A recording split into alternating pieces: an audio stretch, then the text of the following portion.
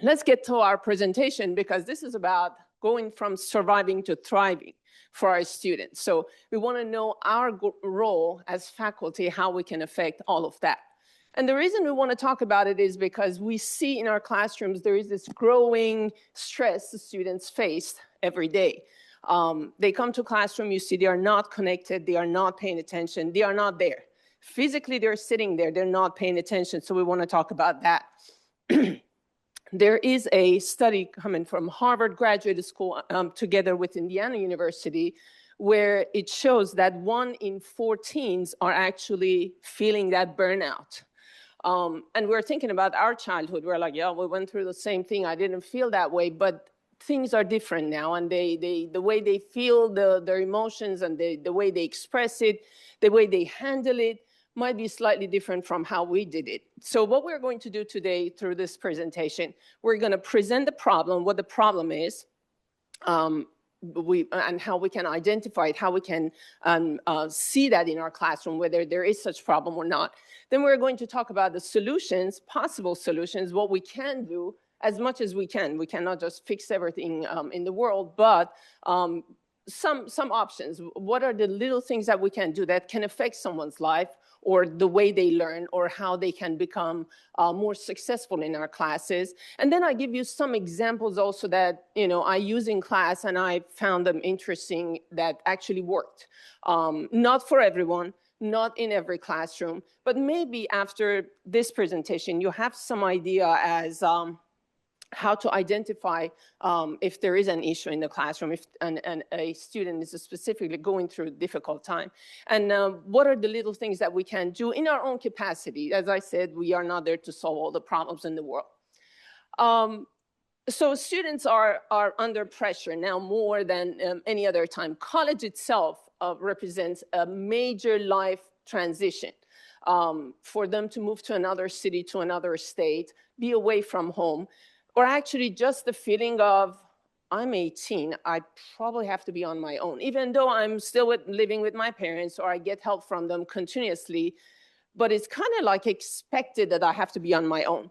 Another thing that we have to know about is the academic, the social, and personal pressures that they have.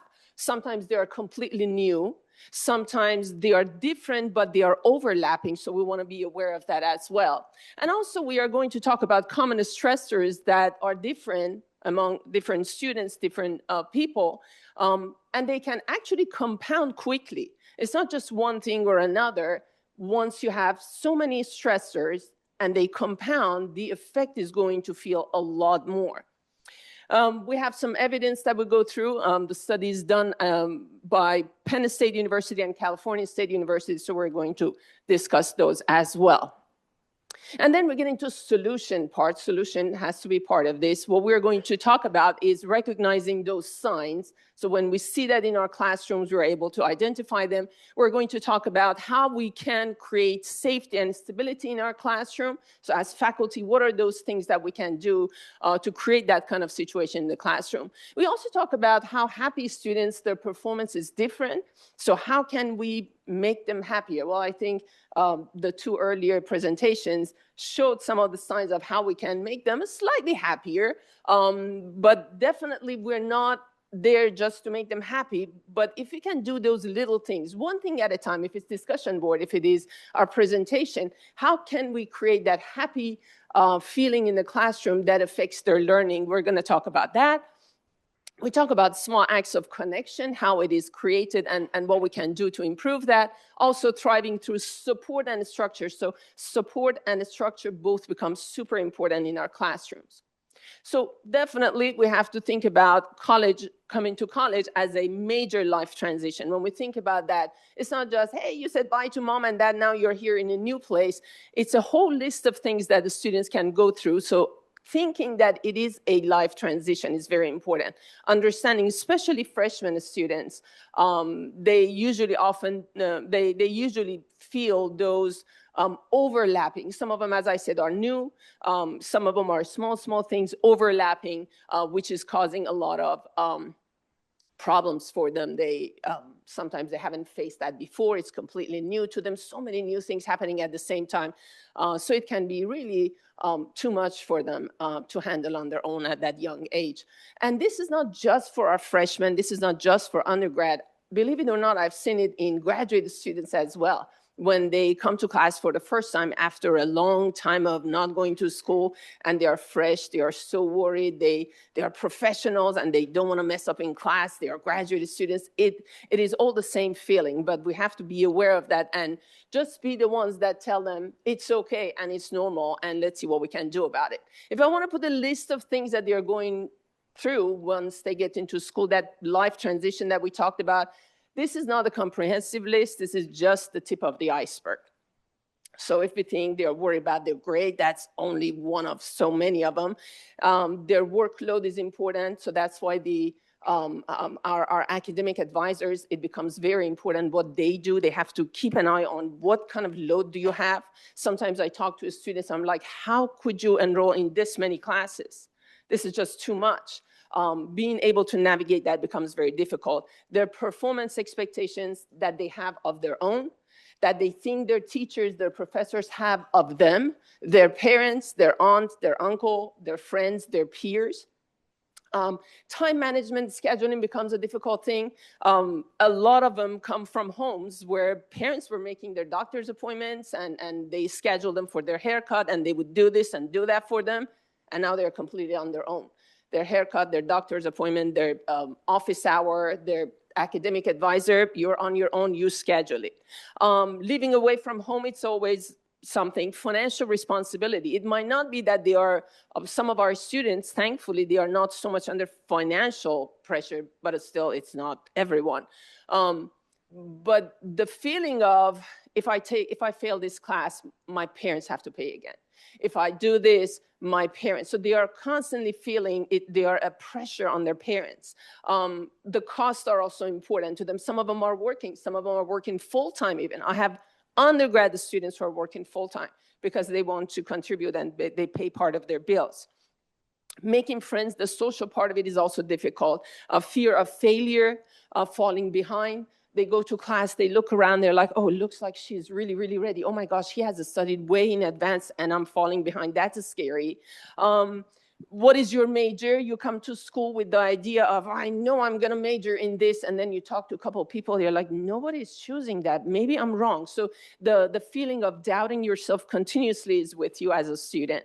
You compare yourself with others. Your family expectations are different. You also have family issues. How many of you have had the students in your classes where they come and talk to you? Probably 90% of them don't even come and approach us and tell us what's going on. But I always have it on my resume, on my syllabus. And I tell them, if something happens, you don't need to come and open up everything about your family situation. But if something happens, at least let me know something is going on. Tell me I can't talk about it. But if something is going on, let me know. I have no clue. You're sitting there, what is happening in your personal lives. And I don't need to know the details of it. But if something major is going on, let me know. Last semester, I had a student in my class, and he lost his father week 2 of classes. Freshman student just came from Florida. Week 2, his father unexpectedly passed away. So these are things that we have to be aware of and know and constantly look for and see if our students are going through a difficult time. Balancing schoolwork, social time, social life, homesickness, all of those. Identity and self-confidence also becomes another part of it. Managing stress, anxiety, exams are coming up. I have 4 exams this week at the same time. And also coming to a system that they have never navigated before. This is a new system, so who should I talk to if this? How many of you receive emails where it has nothing to do with you? For example, I'm on your wait list, can you enroll me? Well, that's not me. But they really don't know. It's not like, oh, such a stupid question. It's more like they really don't know. So just tell them this is where you need to contact or talk to this person because I have no control over the wait list, for example. Study from, this one is from Pennsylvania State University. And if you want to see the full report, it's right there. The QR is there. This one talks about factors predictive of academic engagement. And very interestingly, it talks about the difference between confident students and not confident students. So optimism is one of them. Optimism always helps your students to perform better. If they have a good view, and then in the long term, they see themselves as a successful person, they are the type of a student who say, I can do it. I know I can do it. I haven't figured it out yet, but I know I can do it. So those optimistic students usually are the ones who perform better in your classes. They are able to differentiate the difference between hardship and impossible. So they don't approach things saying it's impossible. They just look at it as it's something hard. Something that was interesting in this study that was new to me when I was reading it was something called psychological capital. Because I teach economics, I'm familiar with, financial capital and then the human capital and all of that. But then psychological capital, do we have such thing? And that's super interesting because the acronym HOPE stands for hope and efficacy and optimism and resilience. And if your students happen to have more of these, which is the psychological capital, and that's us too, if we have more of this, we are probably more creative, we are able to engage more and better, and we are able to be more innovative, and our productivity goes up. Same thing for your students. If your students have hope, have efficacy, have optimism, and have resilience, they are able to be more innovative. They come up with new ideas. Their discussion boards are going to be much better. They participate better. They are more active in the classroom. Another study, and again, if you want to have the full study, it's right there. The QR is there. This is by California State University in 2024, where they looked at the mental health of the students and their well-being. And what they talk about is academic pressure and how it affects students, their performance, how it can cause anxiety, how it causes a stress, how that burnout, if everything is piled up together, it affects their mental health and it is going to affect their academic engagement, which means down the road, it's their learning that is negatively affected. If all of that is compound, it is going to negatively affect their academic performance, their motivation. They're not even motivated to come to class. They're like, I can't do this. This is too much. I just can't. And that puts them in a bad situation. So now that we know what the problems are and what are the things we can possibly do about it, we know our goal is to create a positive situation in the classrooms where students are more engaged. When you create that empathy and relationship with your students and them together, which gives them meaning and purpose for them to come to the classroom. So therefore, optimism goes up, engagement increases, and you are going to see mentally more healthy students. And also don't forget that when they are mentally healthier, their actual physical well-being is also affected. Because when we feel down and we feel bad, it affects our physical health as well. So we want to create a situation where our classrooms are positive and do all of that. So how do we recognize all of that? Number one, we have those signs we have to watch for. One of the signs is withdrawn behavior. You had a student who would engage in conversations and now they're quiet. One other sign is that you see them quietly go toward the back of the classroom. So they used to sit here and now they're going to the back. Fatigue, if you see they're constantly tired or tired looking, or they are looking at you, but they have zoomed out, they are not there. Disengagement is another thing. What do we do? These are suggestions. Again, it may not work in your classroom or you might choose which one of them to go with, but sometimes that sending that brief check-in message can be very important. Ask them open-ended question. There is nothing specific you want to ask, but really ask them how you can be there to support them and let them know you are there to support them, and they're not in trouble. We are just trying together figure out how we can do better in class. I wanted to show you one of the emails that I received that I kept. This email is from COVID time, 2000, you see up there, July of 21. Which made me rethink everything in my classroom because of the words in that email. I read parts of it. It says, first off, I wanted to say thank you for checking out to me and asking me if things are okay. And I thought, oh, okay. she was touched. And then she talks about asking, I started off rocky. Where is that? My aunt passed away from COVID recently. My parents are going through a nasty divorce. So she opens up telling me what is happening. And then this is the part, the last part. She says, like I said before, I appreciate everything you have done for me. And the fact that you reached out to me asking if I was okay, you don't understand how that made me feel. I don't think I've been asked that question within anyone in my life. That made me really like, oh my gosh, you never know who's in your class. And if that student thinks that no one ever asked me that question before, so you never know. So, and that is part of it is what you ask and also how you ask it. As I said, keep it open and you don't want to get into details of what they want to say, but how you ask it. I love ChatGPT because sometimes I'm so focused on, oh, you missed your homework and you have until this day to it. I put it there and I just ask ChatGPT, change the tone, make it softer, warmer, and more caring. Show empathy. And suddenly the wording is completely different, but the message is the same. I copy that, put it there. Because in the moment, I'm so focused on you missed your assignment. And it's important because I care. I want you to receive the grade for it. And please do it. That is my intention. But the way it comes across, gosh, I should not put that in an email.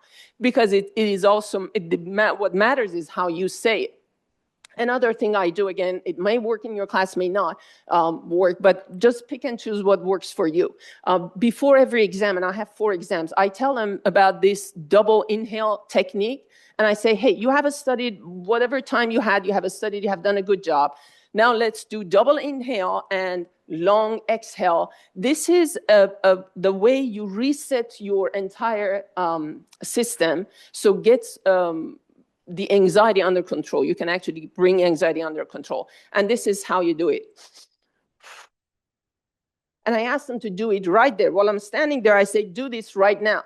You're awesome. You've brought your note sheet. You can do a good job on the exam. Let's do this one. This is exactly what babies do when they are crying. This is an automatic thing in the body. Have you ever seen small children while they are crying, they go... This is the automatic way of resetting your entire system by controlling the anxiety or the pressure you're going through. So I asked them to do that. So we want to create a climate in our classroom that is helpful, the culture, structure. Structure is very important. If we are building classrooms that we want to build trust in our classroom, if 2 things are super, super important, one of them is predictability. They have to know what is coming up. So routine becomes super important. Make sure everything is a routine. They know every week they have 1 quiz. They know every week they have 1 quiz and 1 assignment. You don't change it every single time. So they are like, oh, what is coming up next week is exactly like last week. So don't worry about it. Communication becomes super important. Communicate with them as much as you can. Don't forget the power of routine. As I said, for example, in my classes, they know I always post a PowerPoint. There is a quiz, there is an assignment. PowerPoint, there is a quiz, there is an assignment. And clearly, I have put the chapter, what it is they have to study. There is 1 extra reading. There is usually a link. So every module or every week looks pretty much exactly the same. So I put that one there, and that one, you see the following week, it's the same thing. They have the same thing, so there is no worry. Communication becomes very important. One of the things I do, again, my work in your class may not work, but before every exam, when they are super, super nervous, I send them a list of important areas to study. Well, in fact, if you go through the list, and I put a disclaimer, while this list does not cover all possible questions in the test bank, it may appear on your test. And honestly, this is the list of every important topic for those 4 exams, right?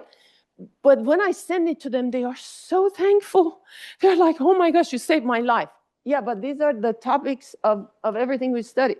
But they love it. They want to see that because they think, okay, at least I stick to these. And I go and look for these and I study those. We don't want to get into psychology and all that, but happy students learn better. We know that. When you have a group of students looking like this compared to this one, you know which group learns better. And also, when you're happy and you know it, clap your hands. I do clap, have them clap a lot in classroom because you can trick your brain. We have learned if you're happy and you know it, clap your hands, trick your brain. Clap your hands, your brain thinks you're actually happy. So what happens, it starts producing oxytocin. That's why we have something called clapping therapy. People sitting there in nursing homes, they sit there and clap for no reason because those pressure points on your hand will release oxytocin. So you're able to create that bond within the classroom. Immediately, everyone starts smiling. It's amazing to see the faces anytime you're clapping. You start smiling because that's what you think your brain is happening. Clapping does a lot of things for your classes. You can, and this is all by research. It helps them a lot. So if you can use it, do it, because you see their smiles on their face. Everyone smiles when they are clapping. So we want to have that, getting them out of a survival mode to deeper learning, problem solving. And the fourth one is small acts of connection, as we talked about, can improve the situation. Sometimes for different reasons, I just put a happy picture, a nice picture. This is happening. Well, guess what? Rosh Hashanah is coming, Thanksgiving is coming, or if that is the week of Nowruz, I tell them about Nowruz, for example. If Diwali is coming, hey, let's clap for Diwali. We find a reason to clap. So if it's Yalda night, if it is Christmas or Hanukkah, we clap for all of those happy moments. And that is the culture of our classroom. We love everybody, we love everyone's culture, and we celebrate all of them. So it reduces uncertainty if you provide them feedback. That's number 5, thriving through support and structure. We talk about structure, but support also means provide them with feedback, because that is going to create an environment where learning becomes happy and a positive thing. Make sure they do the course evaluations. Your course evaluations is the way you get feedback from them, review them. And the best thing is to increase the number of people providing you with feedback, because the more people provide you with feedback, actually your feedback, the rates start going up. You'll be surprised. Because it's usually the happy, wonderful, positive students who are like, oh, the class was awesome, I don't need to fill out the form. And all the negative ones come in. If you increase your course participation, actually your grades and all that in course participation starts going up, because the positive ones with the positive experience will also contribute to that. So do that because you want to use it to see which part can I improve. There is always room for improvement. So let's, if there is one thing that we learned from this presentation probably is that those small moments of connection do matter. So let's give it up one more time, this time for our students. Hey, thank you so much for that. For the breathing technique, do you just have them do it the one time, or do they do it like a round of 3? Or I think once they learn it, I heard it from one of my students. She told me she was in a difficult situation with her roommate, and she did that because she just happened to remember it. And she said, then the whole thing changed, and I was able to overcome the strong feelings that I had and have a better conversation with my roommate. So sometimes I do it in class in front of them. For example, if something happened in my personal life, I go and tell them, something happened, or if I can share with them, I share it with them. And I say, this is one of those times I have to do. So you just do one round of it, or can you do like 2 rounds? As much as it makes you feel, the whole system is reset, because it's based on studies, and that is what babies do without knowing automatically. It's our bodies are built in that way to reset everything. So if you, this is a technique that, that's because I was reading about it, not that because I'm a psychiatrist or something, but this is a technique doctors use when someone, or in the hospitals, when someone is having an anxiety attack. Nice. For anxiety attack, one of the first things you can, if you see the breathing has become difficult, and the faster you can do it, like really like baby time, much better. Thank you. The whole thing resets. Thank you so much. That was wonderful. And I want to share something that happened to me this semester. The second or third week of class, I arrived early to my classroom, and there was a student there, and this student was not doing good, like academically. He was not completing his assignments. He was not good at answering questions.